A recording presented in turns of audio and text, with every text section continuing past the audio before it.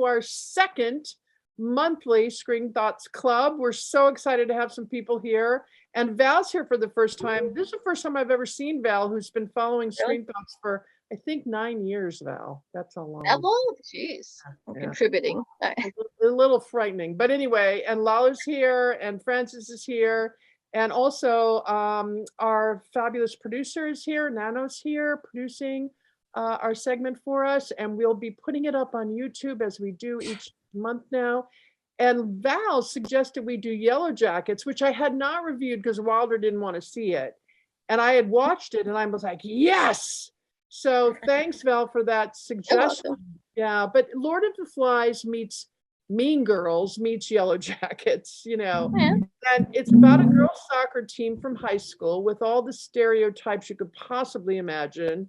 And their plane crashes, and for 19 months they're lost. They become animals, and their stereotypical personalities, in my point of view anyway, stand out. And then they come back and they never discuss it again.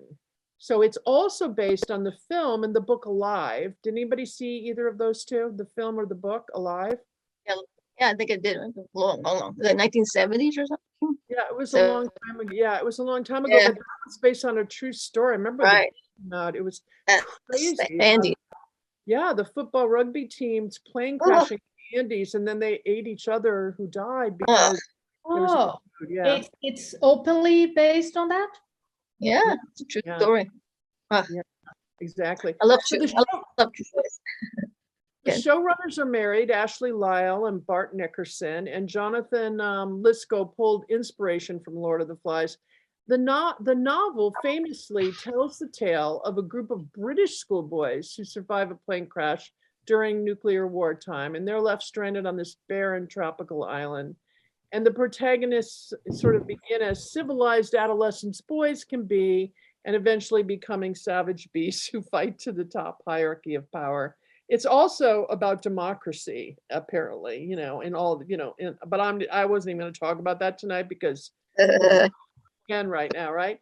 But Charles Darwin's survival of the fittest theory is on full display, like throughout it's throughout the entire novel, as are themes pertaining to the loss of innocence and the stark side of human nature. So according to a Deadline interview that Levine gave in mid-December, the second season had not been written, but when they pitched it to people like Melanie Linsky, they pitched her 5 seasons. And that's why she signed on. She didn't want to do a one night stand, so to speak. So they have a storyboard for 5 seasons. So it'll be interesting to see that takes place. But what did you guys think? You know, I mean, Francis, I know we'll start with you because you only got through 20 minutes. Oh gosh. Yes, I got in. Full disclosure, had no plans on watching the show. It was described to me. I saw the trailer. A couple people who know me very well told me that I would not like it. It wasn't for me. It's too scary, gory. So I believed them. And then this came up, so I said I would give it a shot, and I made it about 20 minutes in, and I couldn't go any further. Maybe you guys will convince me otherwise, and I'll get off the Zoom and just start watching. Val, where did you stop?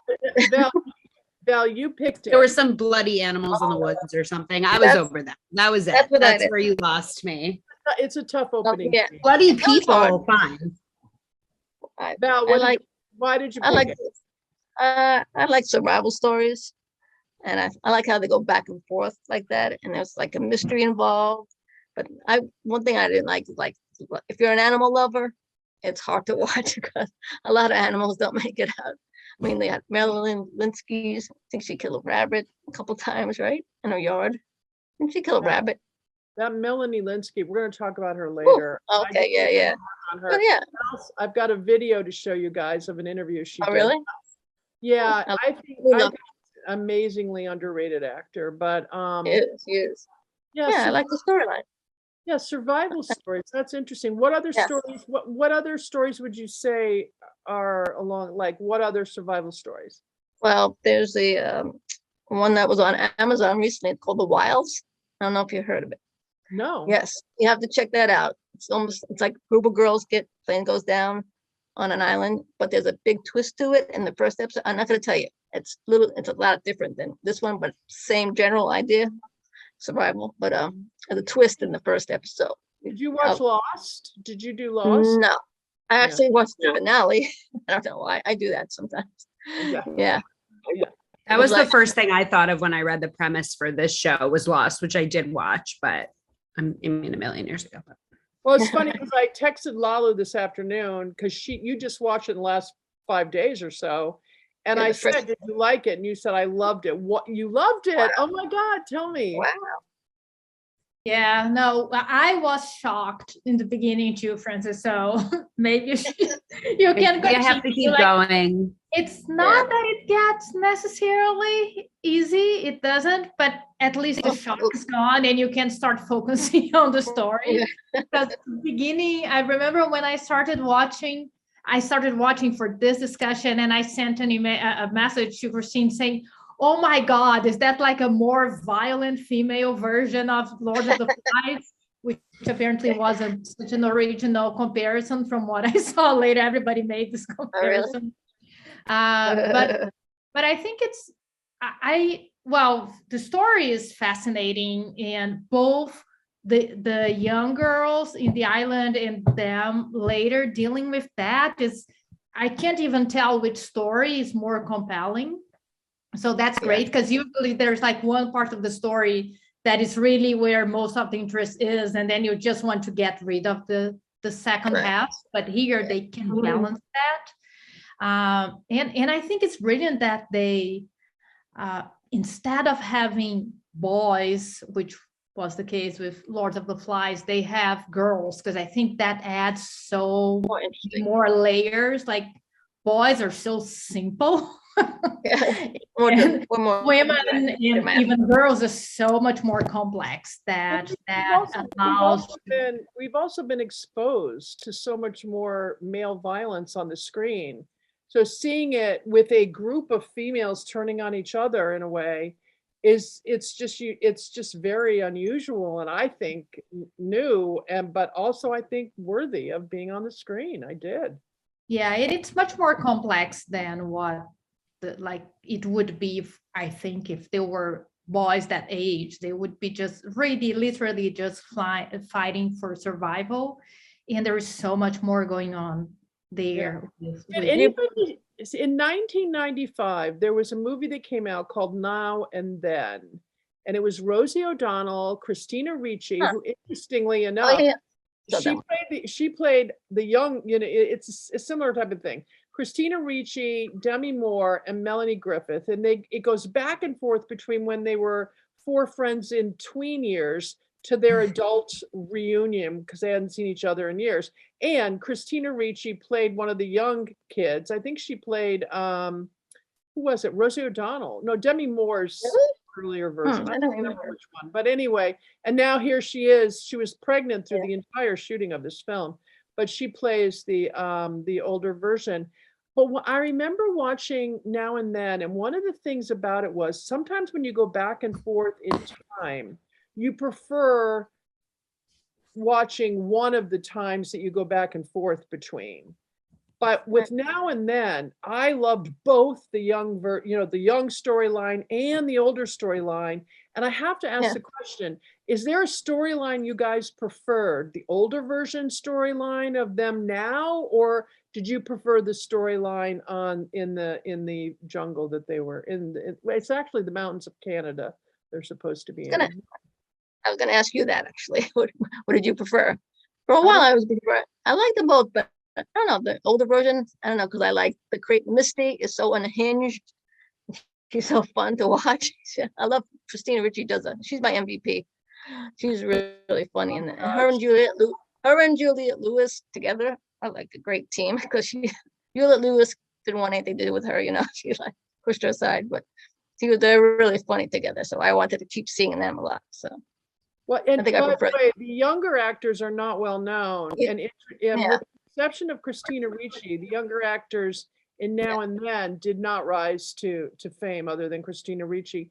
But so the younger actors are less well known and maybe less less seasoned in how to play a part. Yeah. So I did not find that as compelling as the old. No? I Yeah. definitely preferred the older one. Yeah. What about you, Lala? No, I was as curious about one part of the story as I was about the other, and that's one of the things that caught my attention. Because I agree, usually when there is this back and forth, you really focus on one. And even now and then, I think if I remember correctly, I think I liked better the young girls. But now I was watching one group of characters or age characters, just wondering what was happening with the other age group. Like I couldn't, I don't know, I couldn't give up on one of them. I was really as curious about one as I was about the other. Yeah. Well, we have to walk through some of these characters, and we have to walk through these incredible actors. So Melanie Linsky, who by the way was also seen recently in Don't Look Up. Yeah, she was good in that. I think she is a top tier Really? actor. I don't know why she doesn't get her due. Anybody any ideas around that? Do you guys remember her from Sweet Home Alabama? No. Oh yeah, she was the friend. Really? She was the friend, and then the wife of one of the guys. They all went to high school together. She has like 12 children by the time they filmed the movie. And that's like, she's so recognizable in my brain from that movie. So you can see what type of stuff I like to watch based on my. She had a baby on every hip, but you loved her. She was the friend. She was great. You can trust her. You always trust her. She has so many of the qualities that I value in my women friends. And some of these actors, like, I don't know, I guess I would have to go with Pretty Woman, which we know I love that film, right? But I don't appreciate those actors quite as much. Anyway, I think she's finally going to get her due, but I'm going to go in. Which is interesting, right? Because her first movie, and it's still the movie I think about her, is Heavenly Creatures, which is also a very difficult movie to watch. Also really not like very controversial. And it's funny that it kind of comes full cycle if you think that if it's really the case that Yellowjackets, which is again a very hard to watch, controversial show, if that's the one that will give her a more like well-known position in Hollywood. This video that I'm going to go to now, it's over an hour, and I'm going to put it up. I'll put it up on our social media tomorrow. So if anybody wants to watch it, the interviewer I think was terrible, and it's like, wait, why are you?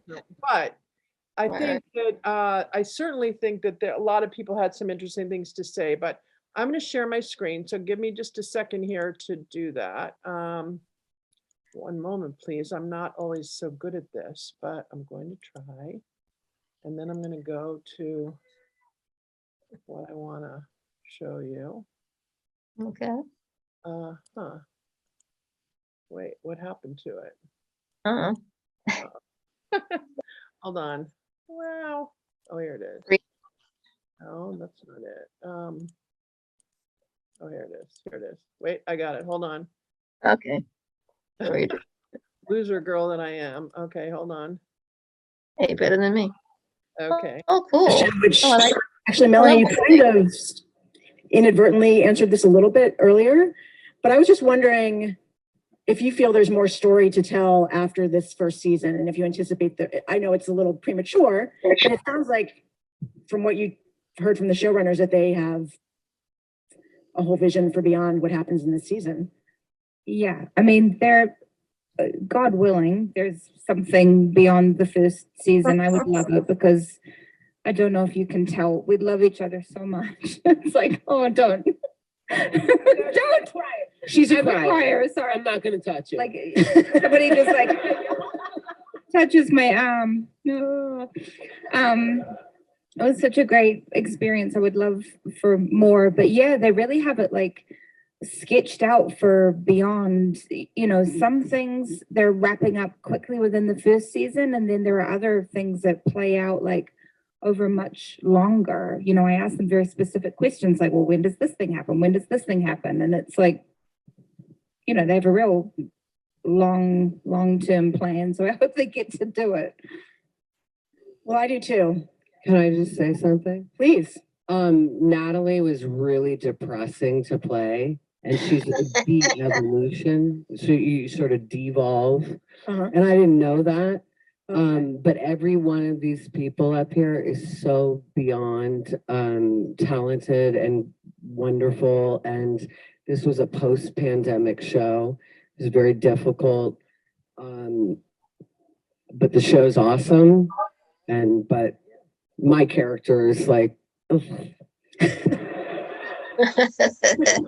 you play her beautifully. Yeah, you do. I just showed up. I did the best I could. It wasn't what I expected. The cookie. Oh no. Well, let me say this. Go ahead. Say something. No. I would certainly by the end of the season, winter hasn't even hit. So Right. there's more stories to tell for sure. And girl, stop. That's all I'm gonna say there. I love her to death. I don't know how to turn it off. Well, I just want to say, having kind of observed you guys backstage, that that does seem really true. You all really seem to enjoy each other's company, and I've enjoyed moderating this with you all. And I look forward to. I hope you all enjoyed it, and look forward to more episodes. Starting tomorrow night is the first one, which you've already seen. Thank you. Every Sunday on Showtime. Yeah. Okay, hold on. All right. Thanks for coming out. Thank you, guys. Thank you. Thank you. Thank you. All right, well, everybody should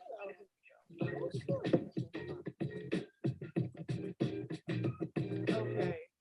All right. First of all, do you love her? I mean, Yeah, I forgot. You forget she has an accent. She does she does a great American accent. I had no idea she was an American. Yeah. Mm-hmm. okay. Yeah. Now, who did she's Australian. Who did, or is it, no, Australian. Who did Right. she room with? I think it's from New Zealand. I'm sorry, New Zealand. She's from New Zealand. And who did she room with when she was going to college there? And whose career took off and Melanie's sort of skidded along for the same amount of time? They're exactly the same age. Who'd she room with? Somebody famous? Is it? Well, yeah. Think Kate Titanic. Winslet? Kate Winslet. I mean, they started their career at the exact same time. They were roommates, and her, but I mean, they were, both highly, highly active. But also, I just love that entire interview. And also, who was the one who said it was a really hard role to play? Who was that? Julia Juliette Lewis. Lewis. Yeah, Everything. I felt for her to say that woman has played Yeah. tough roles, and for her to Quirky. say that, exactly, and for her to say that, I got the feeling she was saying it took a lot out of her. Did you get the feeling? Yeah. And it seemed like it did. Yeah, definitely. No, she went through a lot. That's a lot. Anyway, Yeah, good. so what did you guys think of what they had to say? So five seasons. Do you think it's worth it? Did they talk about a baby in that? I haven't seen that clip, but I seen like excerpts. If they eat the baby, they're done or something like that. Did they talk about the baby at all? Oh, No. oh wow, you're right. I Wait, didn't. we've got to What I saw, I don't know if it's that interview and if it's true, but Oh. apparently she said that if someone eats her baby, she's out of the show. Yeah, right. You heard some stuff already. That would be one step too far. Do you know what I mean? Yeah. Yeah. Although look at what some real people have done with children when I know, but that something about Julia the Lewis, babies. what about her career? The women in this show are not those starlets of beauty and glamour. They're starlets of hard work and really complex characters. And I think that's one of the reasons I liked it so much, is because they were really complex people. They definitely were, Yeah. and I thought that made it all the better, Yeah. Quick quiz trivia. What movie was Julia Lewis Oscar nominated for? We know. I'm going name She played, didn't she play very young. someone who was mentally challenged or something? Was that the one? That's the other sister. That's a great movie. That's just with Robert De Niro's in it. Nolte's in it, I believe it was. Cape Fear. Was it? Right. Very good. Is it? Yep. Oh, She's nominated. what do I get? You get a gold star. Right? Bragging rights. She was Very good. Very good. Yeah. Yeah. Yeah, well, 1992. you know, get into a movie with De Niro and you've got a much better shot of shining. Really? I guess. Right. Really. Yeah, Now, but it was interesting. Melanie also said in another interview that I read that she thought her career was over. You know, like she thought, I'm just going to have this secondary career and I'll get some work and I'll be able to make a living. And then all of a sudden, she's 40 now, and she said, my career is taking off now in a way that I didn't think that it would, you know, and she's really been very happy with how that's progressed. I think she's a highly talented woman. I do. Yeah, I like her a lot too, and I also don't know why she doesn't get more attention, but maybe the show will change that. Yeah. Now, who do you think's watching this show? Young kids? I don't know. My friend is. Not my sister. I don't think if you're queasy, I don't know, like Francis. It was like not on my radar until you guys mentioned that. I wasn't even aware that existed. So no one around me is watching that. When I first read about it, I saw the trailer, saw Juliette Lewis and Christina Ricci and Melanie. I go, I'm in. I don't care. I look great. I'm in. These actresses I like, and it looked really interesting. And it's the second most watched show in Showtime history. Oh, really? What's the first? The first one is? Wait, Dexter? No? Billions. Really? Yep. Really? I know. Dexter was. Well, I watched the first season of Billions and loved it. I sort of go in and out now. I don't know, but I love to see any show that's so women oriented. But there are two men that get stranded in the plane too. How did you think they were handled? Okay, I was a little tired of trying to get all the sex scenes with Travis and I forgot who's she trying to hook up with. Travis and I don't remember. Natalie. Natalie and Travis. Natalie, yeah. Just try to I'm like, enough. I don't want to see that anymore. Go back to the other stories. I think it kind of shows us who Christina Ricci will be. Sorry, I forget all the names of the characters. It's her first like misery moment. That's a good comparison. Plays as an adult, little psycho. Yeah. The person who is investigating them. So that was interesting to see that she has two misery moments in the. That was great. Good comparison. Now, the character, Laura Lee, who's played by Jane Widdop, is your typical blonde-haired, blue. That's what I mean. They had a stereotypical person for everyone. Blonde hair, blue-eyed Jesus freak who she was kind and warm and deeply believed in God's power, and whether she's praying before the scrimmages or she's attempting to end arguments between her teammates or telling them they're beautiful in the eyes of the Lord, you know, that perfectly paralleled with Simon from Lord of the Flies. I don't know if you remember Simon, but he was seen as this saintly, you know, good-natured, kind person. And one of the famous lines that highlights the evil that mankind holds that Simon ended up coming up with was, maybe there is a beast, maybe it's only us. Because in Lord of the Flies, they were afraid because they conjured up this beast that was living on the island. And then the godly child says, you know, maybe there's a beast, or maybe it's just us, which of course is the message to the whole thing. Okay, now we see this sort of the heart and the beast and that whole thing going on there, which is a good parallel to what was happening in Lord of the Flies, which also happens as they start to fracture in terms of their, whatever morals and ethics that they were living by before. But the parallel between those two characters is really strong. I thought she did a really good job being the good girl on that. I thought she did a good job. I thought, what's her name? Jane Widdop. Had you seen her? Yeah. R.I.P. No, sorry.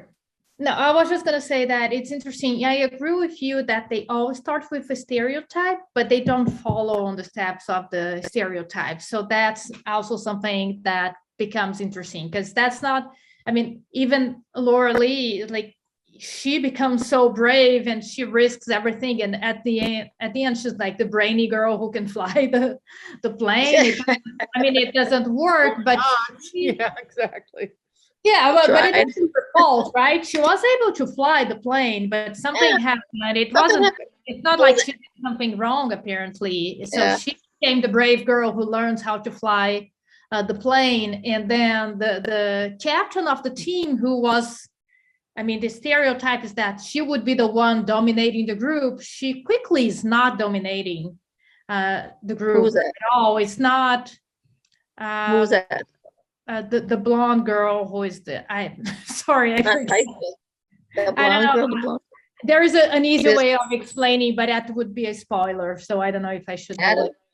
You get though. Natalie? No. No. She's can I have it? Can I have spoilers here, Christine? Yeah, she's the one who dies. Shauna's best friend who dies. Oh, Jackie. Yes, she was the captain, so you would assume she would be the leader once they are stranded, but she's not. She quickly becomes unable to lead, and we have other characters who become more of a leader. So even though they start with the stereotypes, they don't follow the stereotypes that they create in the beginning of the show. Yeah, but don't you think that would be true with life? Whenever I've stereotyped somebody who's crossed my path and then gone back and somehow gotten to know them in a bigger way, they were never what I thought they were. Totally agree. Just that, like, even the beginning of the stereotypes are already simplifications. And so because you mentioned that they start with those simple stereotypes, it's like they quickly move away from that. And it's also something that's interesting. Okay, who would you guys be? Oh, I took that test, whatever.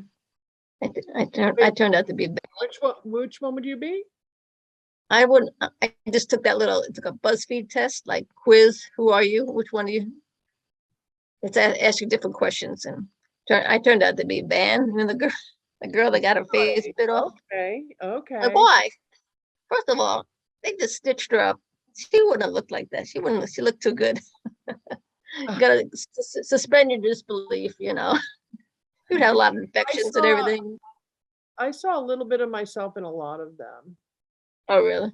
Yeah, I did. Misty too? Yeah, no, Crazy Misty. Yeah, exactly. Okay, you guys, there's the French thing at the end. Do you know what she said in French? French thing? At the end, she speaks in French. Oh, no. Supposedly she does toward the end. Supposedly she doesn't know French. So this comes out of her from another place. She speaks French. And do you know what she said? She says, "Spill blood, my friends." And then she said, really? Let the darkness set us free. Right. I just watched the finale last night again. Yeah, I think that's an interesting, let the darkness set us free. It's a very brave show. It's amazing how far they are willing to go. It's unbelievable. I know. They have that cabin. I love that you said that. I love that you said it's brave. It is. They went places, they and clearly, since they planned five seasons and they had only not even gotten one signed on, clearly there's got to be a big story coming out. Yeah. So Like Melanie says they tie up a little bit here, but then there's a lot more coming. And, it just sounds like it's going to be it's going to roll out beautifully. And so far, it doesn't look like they lost control of the story, because I was afraid they would, which is what happened with Lost and so many other shows. Like, they start really well, but because they always want to have something new and something surprising, they start opening so many doors that at some point things stop making sense. Like, there is no internal consistency to the story.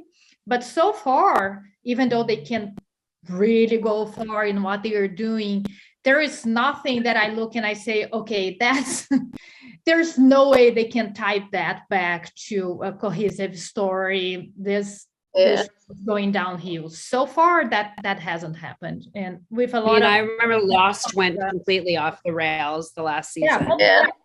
No one had any idea what was going on. I was already, I gave up on season 2. I said, there is no way. Me too. So did I think I gave up at 2. That a smoke monster in there. Yeah, no. There was all sorts of weird things going on. Like, did they answer any questions? There was no way they could make all that make sense. At some point, you could tell that there was no way out of that mess that they created. But with Yellowjackets, they can keep like a cohesive story that makes sense. Let's hope they will do that. I know. You know what else I thought was really good about that was, one of the big criticisms that when I'm reviewing these series, it's like they just want to keep it an extra year because they want the money and they're just trying to make, they here we are exactly where, it's like, okay, if we get signed on, even the West Wing, Sorkin never thought he was going to have a second season. So he always did it. His plots were seasonal. They were not, he'd have the plot from the beginning of the season to the end of the season, but he didn't project how many seasons there would be. Somehow, if they have a 5-season plot, I know I'm not going to be in season 3 going, why are they continuing to show the show? I know, right? That's a lot of story to tell them, 5 seasons. Yeah, that's a good sign. And let's hope that even if it's a big success, they end at season 5. Yeah, really. Would be downhill after that, probably. Yeah. We're lucky to have Val here because Val is like an expert in the goddamn award shows that make me crazy. Now. Because I got one the first one in it because I refuse to play the game of picking what versus what they should have picked. So do you think this is going to be showing up in the award season next year? I think so. I'd like to see it. I hope so. I think so. Maybe I think Melanie Linsky deserves something. Shouldn't that have been already included in this year's season? She was up for Critics' Choice Awards. That and the show. That didn't happen. On March 13th, everybody got the Critics' Choice Awards coming up. So yeah, just check with Val. Yeah, just do a poll. Facebook page, and Val has it all. Yes, I'll put it on there. Now, do you think Melanie's going to be? Do you think she'll win it? I don't know. I forgot who's also nominees with her, but I'd like to see her win. She deserves it. And the show is up for an award too, so that'd be a nice surprise if they did. But I don't know. I have to see what they're up against. So you never know.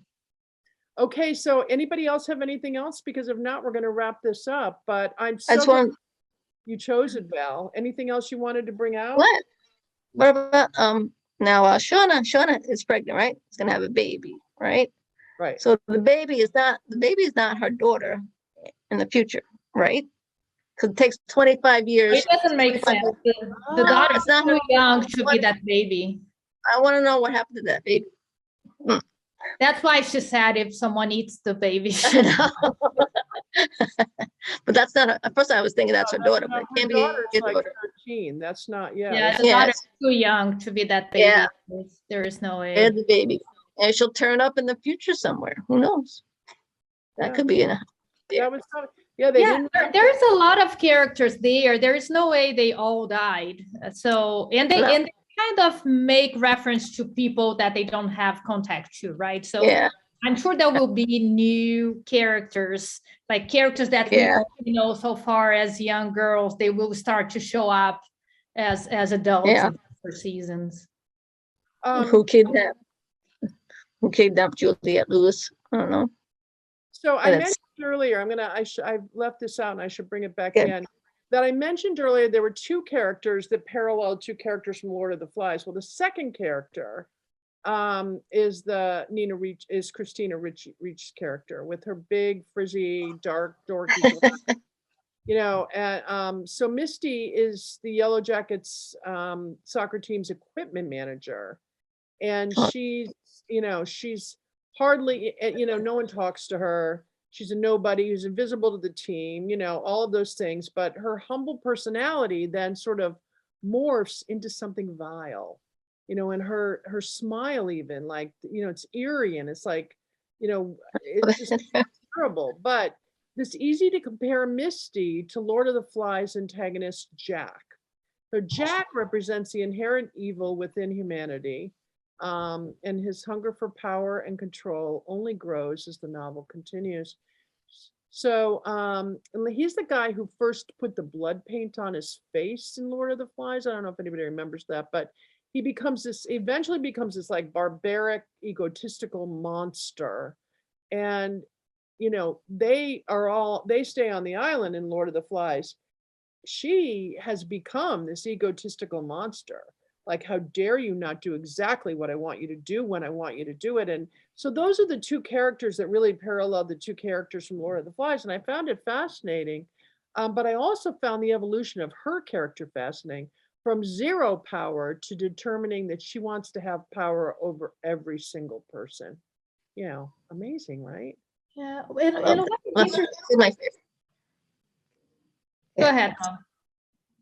She's my favorite character. That's all I know. What did you say? She's my favorite character. Is she? Yes, Okay. he is. Okay. He's so unhinged and crazy, little psychotic. Things she does. Yeah. She works in where? She works in the She works in the healthcare. Yeah. Yes. And she's the one who Feeling says, too. maybe we won't give you your shot today. It's like, she's Like going, so, yeah, I mean, she's so happy though. But it's interesting that the turning point for her is when she hears two girls saying, thank God she's here and she knows what to do. We would She be loved lost that. without her. So instead of her making her feel validated and turning her into a positive leader, that's where really she becomes unhinged. So it's interesting because that comment could have had the completely opposite impact on her. yeah. She loved that. Very interesting. Yeah. Well, we're glad you love her, Val, but it's, we need to explore that a little further. I don't know. I love like Misery. I love the Kathy Bates character. Yeah, Misery. Well, Silence of the Lambs is my favorite film. So There you go. Who am I to talk? But I will also That's right. say I have empathy for her. Okay, Yeah. she's evil, but there's a piece of me that's like, I'm so sorry that people treated you this way your whole life. I mean, there's a piece of me that really understood how she became, what the monster she becomes. I wonder if she will be the only evil one there. I have a feeling Shauna is gonna reveal that she is like, with that very nice face and calm voice, she may turn out to be the most evil of all. I think there is a possibility for that. Maybe she's just I think that Juliette Lewis at some point says, you're all as screwed up as I am. I'm just worse at lying to myself. Maybe Shauna is better at lying to herself and to everybody else. Hopefully she killed her boyfriend. Did you see that coming? I'm like, what? Yeah, but that was okay. It can go either way. Maybe it was just a reflex, but I don't know. I think once stories start to be revealed about her, and once she has to start to make choices to protect herself with everything that's coming up, she may end up being the worst of them. I don't know. That's the impression I have. Killing bunnies. I don't know. We've come a long way from Gilmore Girls, ladies. That's where I like to hang out. Francis is voting for Gilmore Girls, but I couldn't help but think Gilmore Girls, Yellowjackets. My favorite. I would put both of them on the same level. I agree. There's So a place good. for both. Yeah, there's a place for both in my life. Look, I recommend people see this if you haven't. And by the way, if you can't stomach it, you can't stomach it. Some people didn't watch Yellowstone because the opening scene was so awful to them they couldn't get beyond it. I understand that. But it's the complex characters, the incredible acting, and it's just so much going on. I highly recommend. And you start to forget. I mean, the gory parts are not as impactful anymore because you're so into the story and the characters and trying to understand what's going to happen that it doesn't get any worse than it does in the beginning. That was the impression that I had. I was shocked in the beginning, and I even texted to Christine. But I think it gets easier to watch. Not easy, but easier because you start to pay attention to more things and not only those weird gory scenes. Yeah, I want to know what. When she texted me, I had zero empathy. I was like, keep going. Want to know what happened in that. Exactly. Well, I'm glad I did. I really loved the show. Thank you, Val, for mentioning, because definitely not on my radar. Yeah, I put it on the thing a long time ago, probably when it premiered, I think. I posted it on Screen Thoughts, but nobody cared. oh yeah, no. Well, I didn't have Showtime, so I probably skipped it because I didn't want to subscribe for Yeah, anything. we'll just put it out there. Yeah, I've got every single streaming service. If anybody ever needs it to watch any of these, I could use it. You got I Peacock? now have Showtime just so I could watch the first 20 minutes of this. Peacock. Val, I will. I'll DM you the access. Okay. Thank you. Yeah, Thank you. Because there's something good stuff. There's some. What do you want to watch on Peacock? I want to see. It's called Vigil because it has Saran Jones. Did you see that? Yep, I haven't seen it yet. I want to. Yeah, it's got. I saw one. I saw one because it was free. So yeah, I want to see the rest. It's only 6 episodes. Yeah, I'll send you. Access. Thank you so much. Anyway, and also, any ideas for next month? Anyone? Francis, do you want to? You need a. Well, my idea for this month got, shot down in favor of Yellowjackets. But that idea was inventing Anna, which I think maybe now has just been, I don't know, maybe that's just me, like it's all my friends and I have talked about for a week. So maybe it's over talked about. But I think there is a lot to talk about in regards to it. There is inventing the Gilded Age that we will have had a lot of episodes already. Mm-hmm. Yeah. Too long. There's a lot. Look, this is the golden age of television, if you ask me. Yeah, it is. So many things out there. Yeah. You don't have time. You guys watched The Great? I was just telling my brother about it today, so it made me think of that. But on my watch, the first season. The first season. Yeah, I thought the first season was fantastic. He's really good in it, and he is good too. They're both good. So, did you see the second season yet? No. I did. I started it and I lost interest. Oh, really? But I still think it's worth watching solely for the first season. Yeah, I saw that. There's so many where the first season, Killing Eve. First season was unbelievable, and then the second season they lost the director, they lost the writer, and it was like, what the hell are we doing here? Yeah, completely different show. Yeah. Did you watch the first episode yet of the new season? It's interesting that you mentioned that Melanie didn't want to do Yellowjackets if it was just one season, because sometimes I watch a show and it's so great, like Sharp Objects. Yeah, it's kind of an old show, but Sharp Objects is one of the best shows ever. Very dark too, but one of the best shows ever. And I'm so happy they didn't do a second season because really, that was it. The story was over. Who's in that? Sorry, who's in that? Who's in that one?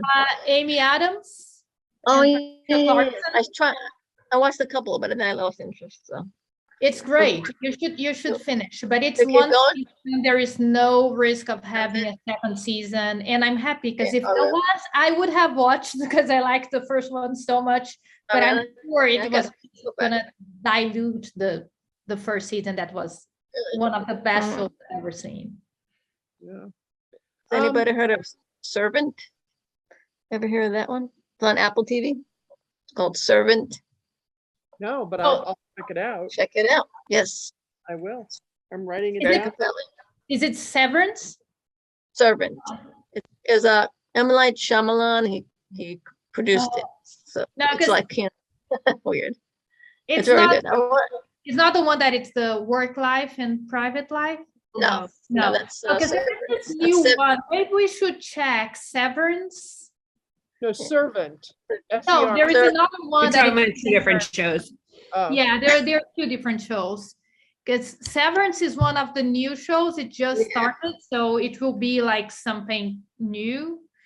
I haven't watched yet, but the premise Oh, the sounds trailer. interesting. Yeah, the Sounds a trailer. little I saw like the- Eternal Sunshine of a Spotless Mind. Yeah, right. Yeah. I saw the trailer today. Interesting. Severance is more of And a I- thriller, right? What now? The one you mentioned is kind of horror movie. Servant. Servant. It's dark. It's kind of dark. What's with all Who's the it? dark things, people? Can't we watch something light and I don't come know. on. I'm drawn to the dark. you know, you can't have light without darkness. Like, There you come go. I'm drawn to the dark. I like light stuff too. All right, ladies, we're gonna wrap it up. Thank you so much, Val, for this choice. And one Yeah. last question. Val, I the want- Academy Award guru of our group here. What wasn't nominated that should have been that surprised you? The been. There wasn't that many great movies. I don't know. There wasn't that many great movies. Like Coda was my favorite of the whole bunch. By the way, just Oh, I for know. this weekend, loved it. They did great. Oh my God. Amazing. A movie called Mass. Have you heard this movie called Mass? Oh, And- I want to see that. That's on Amazon, right? That one I really want to No, watch. That's coming to Hulu. I'll tell you when it's coming. But the screenplay should have been nominated. I'll tell you right now. Well, Ann Dowd is What's the name of it? What's the name of it? Mass, M-A-S-S. It's just basically 4 people in a room talking. Usually I don't like that stuff, but it's really great Two acting. couples talking. Are they right? talking about the school shooting and one's the mother of Right. the, yeah. By the way, Yeah. I saw it and, Did you? What do you yeah, I think? just don't remember the name of it. I think it's unbelievable, and I can see, you know, a bunch of people that I saw it with said it wasn't out yet. We saw it early. They were like, well, it should have been a play. No, I don't think so. I think it really works on the screen, you know? Yeah. I do, That's- yeah. Wasn't there a movie kind of like that with Jodie Foster? It was also 2 couples and one, the son of one of them had attacked the son of the other Oh couple. yeah, that was It that was, was a really it was a very, very similar premise. So Okay, I'm curious okay, to we'll see do- what Mass will do with that. Yeah. it was good. That was really good. I didn't read the screenplay of Mass, but now that you mention it, Val, I might take a look at it. It was a really good film, really It's good. really the acting was phenomenal. Yeah. So, Well, thank you I think for that's that acumen. Yeah, thank you for your Okay. thoughts. Thanks everybody for coming, and we'll see you next month. Turn And back. have a great day. Yeah.